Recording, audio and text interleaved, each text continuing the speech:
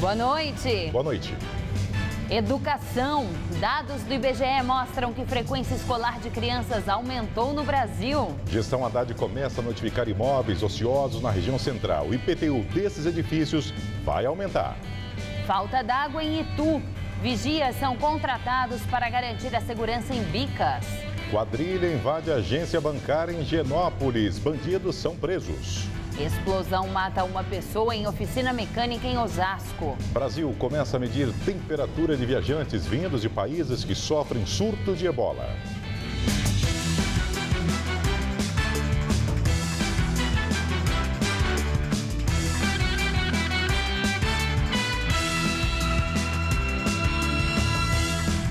O Jornal da Gazeta, edição das 10, começa com uma boa notícia. Dados divulgados hoje pelo IBGE mostram que a frequência escolar de crianças de 4 a 5 anos de idade aumentou no Brasil. Passou de 51% em 2002 para 80% em 2012. Carla matriculou a filha Marina, hoje com 8 anos, na educação infantil, quando ela completou 4. Já a caçula Júlia teve de ir para a escola mais cedo que a irmã. Teve que ir com 3 anos. Por quê? Trabalho, né? Não teve jeito. Só o marido, né? Trabalhando sozinho em casa, daí é complicado. Tava difícil, precisava de uma ajuda. A análise dos dados do censo de 2010, que o IBGE divulgou hoje, mostra que em 10 anos a frequência escolar no Brasil aumentou mais entre crianças de 4 e 5 anos de idade. Em 2000, pouco mais de 51% do total nessa faixa etária frequentavam a escola. Em 2010, o percentual superou os 80%. E como no caso da Carla, tem a ver com a participação das mulheres na renda das famílias, que também cresceu no período, de 33% para 41%. Mas também tem relação com os programas sociais que condicionam o benefício à presença em sala de aula. Mais de 95% dos estudantes beneficiados pelo Bolsa Família frequentam a escola com a regularidade exigida, um índice superior ao registrado entre os alunos que não são atendidos pelo programa. Em São Paulo, o programa Leve Leite da Prefeitura, que atende 900 mil alunos, também exige que a criança frequente a escola. A mais de 2 faltas sem justificativa, perde o direito ao leite. Então, assim, faltar à toa também, a mãe acaba deixando de deixar a criança faltar por faltar, para não perder o benefício, né? Eu acredito que não seja só colocou por causa do benefício, mas aí a frequência acaba deixando uma coisa mais séria, assim, não pode faltar mais que 2 dias sem justificativa por causa do leite. E a mesma pesquisa mostra também que vem aumentando o número de mulheres que são chefes de família. De acordo com o levantamento baseado em dados do censo de 2010, as mulheres já chefiam quase 39% dos domicílios. Na pesquisa anterior, de 2000, eram 25%. A pesquisa também mostra que em 87,4% desses casos, a família é constituída apenas pela mulher e seus filhos, sem cônjuge. O estudo também traz dados sobre o mercado de trabalho. Mesmo com o aumento das mulheres trabalhando ou procurando emprego, elas ainda recebem cerca de 70% do rendimento médio dos homens. A seguir, Brasil começa a medir temperatura de viajantes vindos de países que sofrem surto de ebola.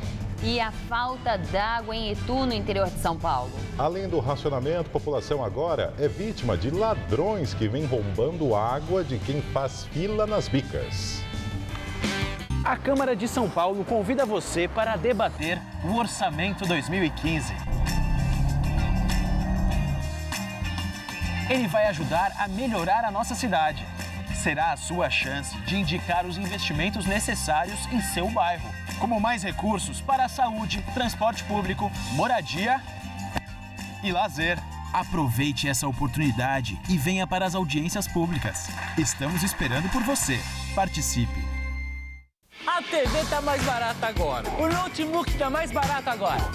O smartphone também tá mais barato agora. Antecipe seu Natal, é mais barato comprar na Casas Bahia agora. Notebook positivo com Intel Dual Core, HD de 500GB e Windows 8, só R$ 899 à vista. E compre tudo sem juros e sem entrada. Smartphone Galaxy para 2 chips, quad-core, câmera de 5 mega e tela de 4.5 polegadas por R$ 649 à vista. Não espere até Natal, na Casas Bahia é mais barato agora.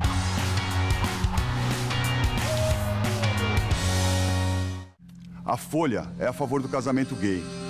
Eu também. A Folha é contra a pena de morte. Eu não. A Folha é contra as cotas raciais. Eu também. A Folha é contra a política econômica atual. Eu também. A Folha é a favor da legalização das drogas. Eu não. Concordando ou não, siga a Folha, porque ela tem suas posições, mas sempre publica opiniões divergentes. Para quem vai prestar vestibular e está interessado em comunicação, a pergunta mais difícil é: em qual faculdade você quer estudar? Nessa eu posso te ajudar. Você quer estudar em uma faculdade com mais de 60 anos de tradição? Deseja aprender tanto na sala de aula quanto em atividades extracurriculares e estágio? E que tal uma localização incrível como a Avenida Paulista? Então, a resposta certa é a Faculdade Casper Libero. São 4 cursos: jornalismo, relações públicas, publicidade e propaganda e rádio, TV e internet. As inscrições para o vestibular já estão abertas. Faculdade Casper Libero, formando os melhores profissionais da comunicação. O Todo Seu de hoje está aterrorizante. Confira no especial Halloween Zé Armando Vanucci falando sobre séries de terror. Tem uma gastronomia Wicca feita pela bruxa Tânia Gori. E no Visão. E o bruxo Claudinei Prieto e a bruxa Lulu Saile vão falar com muita propriedade sobre o Dia das Bruxas. Não tenha medo não, tô aqui. Pode vir, tô aqui te esperando. Todo Seu, hoje, 10h30 da noite.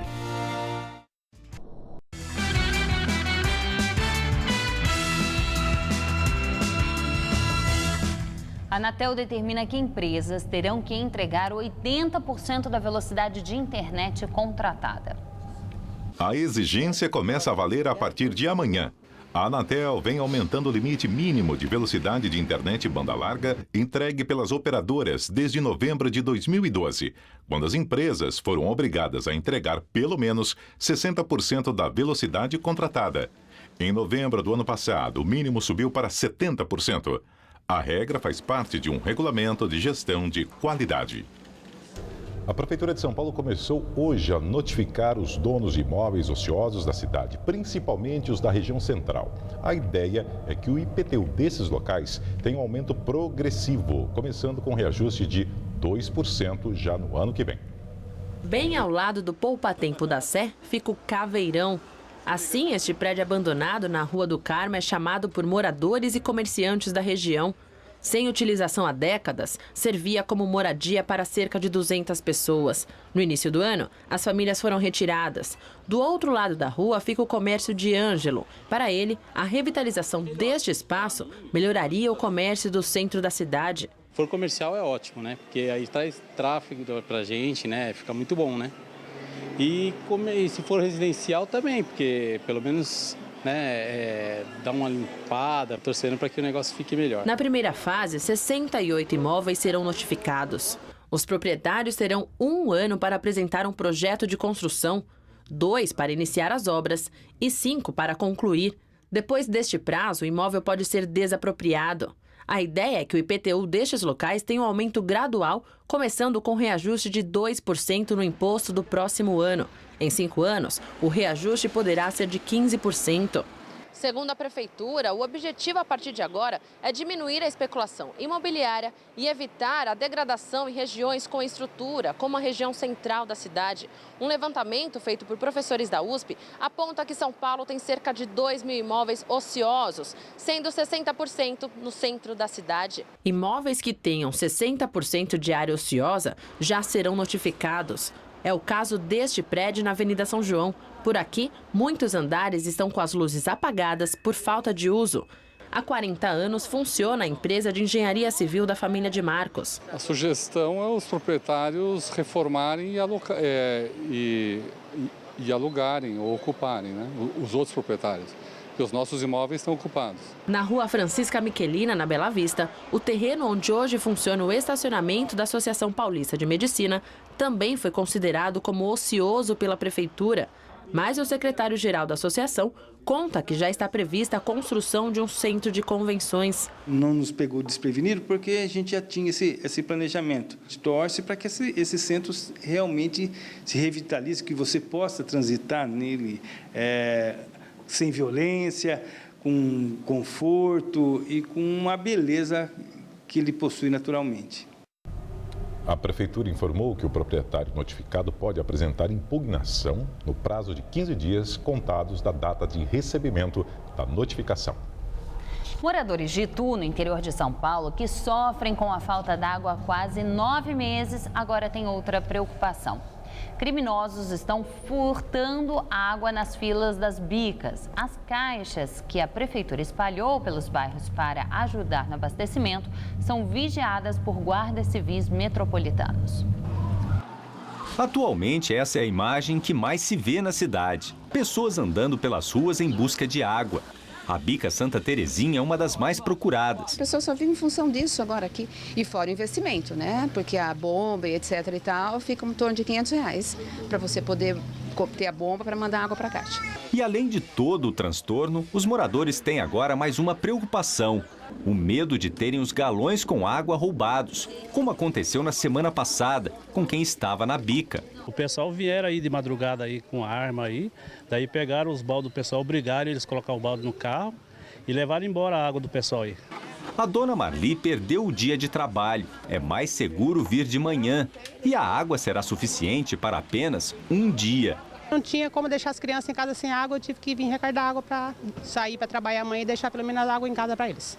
Itu fica a cerca de 100 quilômetros da capital paulista e já enfrenta o racionamento de água desde fevereiro. Os moradores estão buscando água também nessas caixas de 20 mil litros que foram instaladas em alguns pontos aqui da cidade. Elas são abastecidas pelo caminhão-pipa e depois os moradores trazem os seus próprios recipientes para levar a água para casa. Nesses pontos, homens da Guarda Municipal acompanham de perto os moradores. Além do risco de furtos, não são raras as discussões entre as pessoas que buscam a água. Agora vem saco? Não, a gente se ajuda, todo mundo vai pegar a água, gente, tem paciência. Márcia diz que a última vez que a água chegou na torneira de sua casa foi há mais de um mês. Por isso, a situação é desesperadora. A situação de você abrir uma torneira e não ter água, né, por um longo tempo, começa a ficar muito estressante, né? E a gente tem que pensar agora num projeto maior, né, uma coisa macro mesmo, né? O que nós vamos fazer com a água, né? E clamar mesmo as pessoas que têm água neste momento, que conscientizem-se, né? A Prefeitura de Itu criou, no dia 24 de setembro, um comitê de gestão para solucionar a crise hídrica na cidade. Em nota, a Prefeitura confirma que há escolta para caminhões-pipa quando a concessionária solicita. Nesta semana, o governo de São Paulo também autorizou o repasse de R$2 milhões para reforçar o abastecimento em Itu. Outubro foi um mês marcante para o tempo aqui em São Paulo. A capital paulista teve o mês de outubro mais seco entre todos os estados da região sudeste. E foi em outubro também que a cidade registrou a maior temperatura de sua história, 37,8 graus. Mas o tempo deve mudar. Segundo os meteorologistas, a primeira semana de novembro será marcada pelas chuvas. Vamos à previsão para o final de semana com Luciana Magalhães. A chuva aparece em todas as áreas paulistas neste sábado. O sol aparece e faz calor, mas o tempo abafado provoca pancadas de chuva em todas as regiões. No centro-oeste, máxima de 35 graus em Presidente Bernardes. No norte paulista, a nebulosidade é maior e pode chover a qualquer hora. Máxima de 33 graus em São José do Rio Preto. E no litoral, a chuva esperada para a tarde não deve estragar o dia na praia. Máxima de 31 graus em Santos e também em Caraguatatuba. Até o começo da semana, a previsão não muda aqui na capital. Sol com aumento de nuvens e pancadas de chuva à tarde e à noite. As máximas vão diminuindo aos poucos. 33 graus amanhã, 30 no domingo e 29 na segunda-feira. Grupo invade a agência bancária em Higienópolis, região central, e faz reféns. Os criminosos atacaram um banco na Avenida Angélica no começo da tarde e fizeram 8 reféns, entre clientes e funcionários. De acordo com a Polícia Militar, após 40 minutos de negociação, os bandidos se entregaram e liberaram todos os reféns. O primeiro fugiu, tá? Esse indivíduo deve ser procurado posteriormente pela Polícia Civil, investigação no inquérito que vai ser instaurado, e os outros 4 ficaram. Por quê? Porque as viaturas chegaram muito rápido. Eles foram convencidos a entregar as armas, entregaram 3 revólveres e uma pistola lá pelos fundos. Na tentativa de fuga, um dos criminosos chegou a quebrar o vidro da agência e cortou a cabeça. A ação terminou por volta de 1h30 da tarde com a prisão dos 4 assaltantes. Nenhum refém ficou ferido. A Polícia Civil irá investigar como o grupo armado passou pela porta giratória da agência bancária. A avenida chegou a ficar interditada por algumas horas. Polícia prende 2 suspeitos de matar a empresária Vanessa Baroni, de 39 anos. Ela foi morta na frente dos filhos. Os nomes dos suspeitos não foram divulgados, mas segundo a polícia, um deles teria confessado que atirou na empresária. O crime aconteceu na noite de 15 de setembro, em frente a um condomínio de classe média, no bairro do Rio Pequeno, na zona oeste de São Paulo. Vanessa saía de um condomínio com os filhos quando foi abordada por 2 homens. Ao resistir à abordagem, a empresária levou um tiro no peito. Um dos filhos dela foi ferido de raspão. Explosão de galeria subterrânea na Avenida São Luís, no centro de São Paulo, deixa 2 pessoas feridas.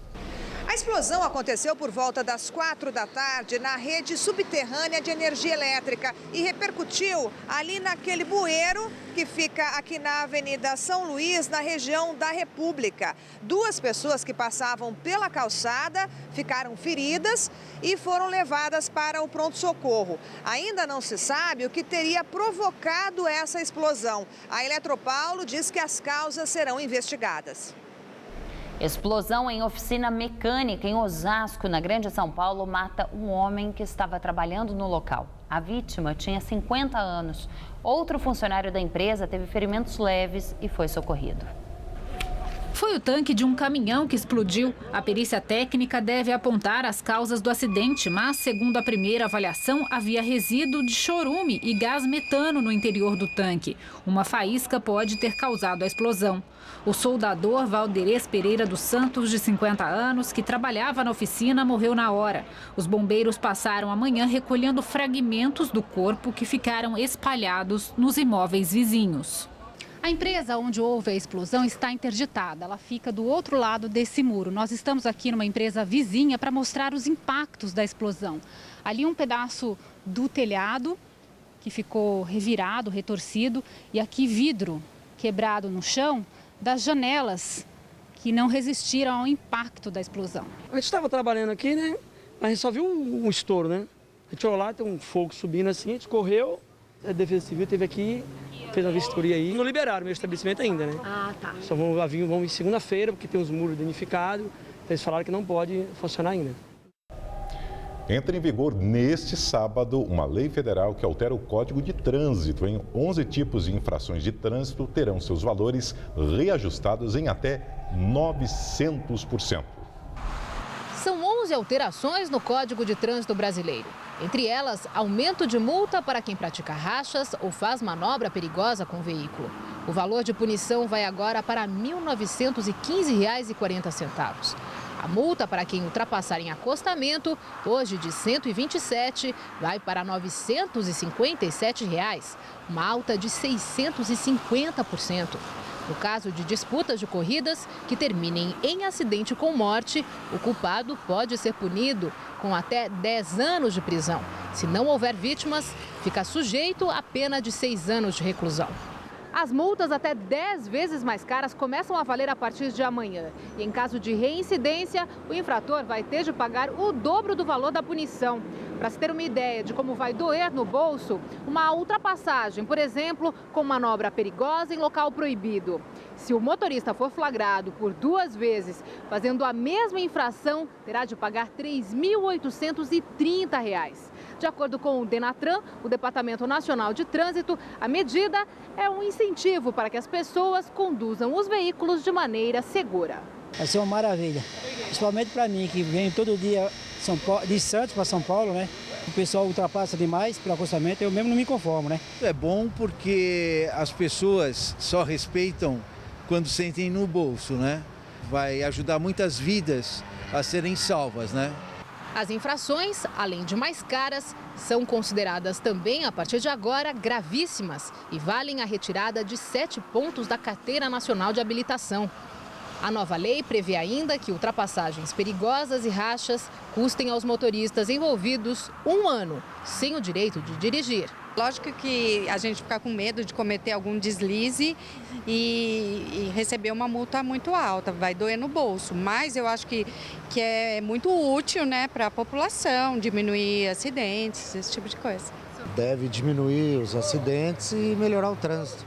As pessoas vão ter mais cuidado. Quem não aprende pelo amor, aprende pela dor, né? Dor do bolso. E quem usa transporte público deve ficar atento neste final de semana. A linha 4 amarela do metrô ficará fechada no domingo. A linha ficará fechada por causa de testes que serão feitos na estação Fradique Coutinho, que será inaugurada no dia 15. Com o fechamento, os usuários poderão contar com o sistema Paese de ônibus para deslocamento das estações Butantã, Pinheiros e Faria Lima até Clínicas, da linha 2 verde. Desde setembro do ano passado, durante alguns finais de semana, as estações da linha 4 amarela operam de forma diferenciada para execução de obras. O Brasil começa a medir temperaturas de viajantes vindos de Serra Leoa, Guiné e Libéria, como medida preventiva para o controle do ebola. A ação teve início na manhã de hoje no Aeroporto Internacional de São Paulo, em Guarulhos. Além da medição da temperatura corporal, os passageiros serão informados sobre os sintomas da doença e orientados a procurar imediatamente um serviço de saúde em caso de suspeita. A temperatura será medida de forma não invasiva por meio de uma pistola. Hoje, o ministro da Saúde, Arthur Quioro, voltou a dizer que a possibilidade de uma pessoa infectada com ebola chegar ao Brasil é muito baixa. Nós estamos tentando desenvolver uma abordagem que facilita, estimula que qualquer pessoa oriunda desses países que venha a ter qualquer um dos sintomas dentro do período de incubação possa procurar o serviço de saúde e já chegar com uma ficha de informação que automaticamente reporta ao profissional de saúde que ela vem daquela localidade, se está dentro do período de incubação. E a Organização Mundial da Saúde afirma que profissionais podem ter se contaminado por mau uso das roupas de proteção contra o ebola. O problema estaria na hora de vestir e de retirar o equipamento de proteção, especialmente a máscara. Outro fator seria a higiene inadequada das mãos. A Organização Mundial da Saúde avalia que as falhas podem ocorrer pela dificuldade de condições de trabalho que os profissionais da saúde encontram nos países afetados pelo vírus. Nos Estados Unidos, um juiz do estado do Maine suspendeu a quarentena imposta a uma enfermeira que tratou de pacientes de ebola em Serra Leoa. Ela estava confinada em sua casa e ontem desafiou as autoridades ao sair para andar de bicicleta. O juiz rejeitou os argumentos do Estado de que a medida é necessária para proteger a população e justificou que a enfermeira não apresenta sintomas da doença. Uma cena inusitada. Paraquedista fica pendurado numa torre de comunicação nos Estados Unidos. O equipamento enroscou durante um salto de base jump. O caso aconteceu em St. Louis, no estado americano do Missouri. O jovem tentou o salto chamado base jump do alto de uma torre de comunicações, mas o paraquedas acabou enroscando num fio a 50 metros de altura. O resgate demorou 2 horas. O paraquedista não ficou ferido, mas foi levado algemado para a delegacia e deve responder a processo. Incêndio atinge o prédio das rádios públicas francesas, em Paris. O incêndio aconteceu no 8º andar da Maison de la Radio, às margens do rio Sena. O calor provocou a explosão de janelas, mas o fogo não chegou a tomar todo o andar. Não havia ninguém na área, que estava em obras. 3 rádios interromperam a programação temporariamente. Testemunhas relataram que o sistema de alarme de incêndio não funcionou e os jornalistas e técnicos foram alertados pelo barulho dos helicópteros ao redor do prédio. Os bombeiros conseguiram controlar o fogo depois de 1h30. Dólar fecha a semana em forte alta. A moeda norte-americana encerrou o dia com valorização de 2,94%, negociado a R$ 2,47 na venda. Foi a maior alta percentual diária em quase 3 anos. Com isso, o dólar termina a semana com valorização de 0,88% e encerra o mês com alta acumulada de 1,25%. As contas do setor público, que inclui o governo federal, estados, municípios e empresas estatais, fecharam o mês de setembro com o pior resultado já registrado pelo Banco Central. No mês passado, o déficit primário, resultado antes do pagamento de juros, ficou em 25 bilhões e meio de reais, maior valor da série histórica iniciada em dezembro de 2001. Também foi a primeira vez em que o resultado primário acumulado do ano fica negativo, déficit de 15 bilhões e 300 milhões de reais entre janeiro e setembro. E agora vamos ao comentário de economia com Vinícius Torres Freire. Como a gente acabou de ver, as contas do governo estão no vermelho. Vermelhão profundo e sangrando. O governo gastou muito mais do que arrecada. Esse assunto pode parecer muito chato e distante, mas a coisa chegou a um nível que as consequências para a vida da gente vão ficar muito claras em breve. No máximo, no ano que vem. Primeiro, vamos explicar o que está acontecendo. O governo, na verdade, está sempre no vermelho. O governo tem 2 tipos de despesa. Uma, as chamadas despesas correntes. Gastos com salários, saúde, educação, obras, INSS e programas sociais. Outro tipo de despesa são as despesas com juros da enorme dívida do governo. Somados esses 2 gastos, o governo está sempre no vermelho. Mas agora o governo está no vermelho mesmo quando a gente não leva em conta a despesa com juros da dívida, o que não acontecia desde o século passado. Esse tipo de déficit é chamado de déficit primário.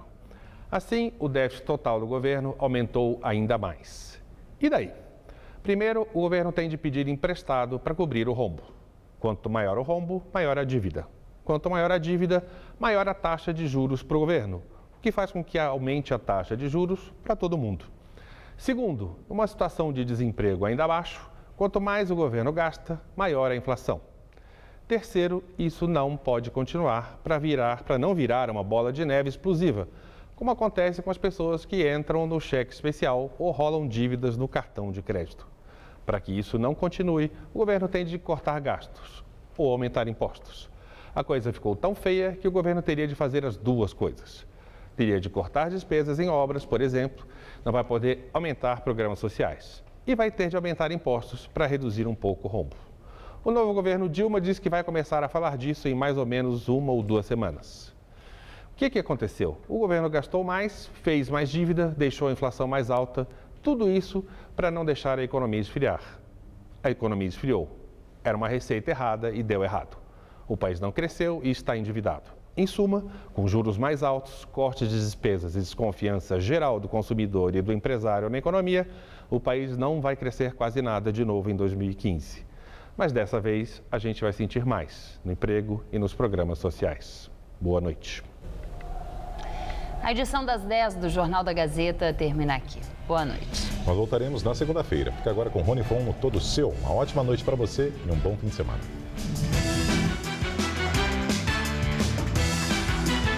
Conheça o voluntário que conta histórias para crianças em Amor Concreto. Logo mais, 11h30 da noite.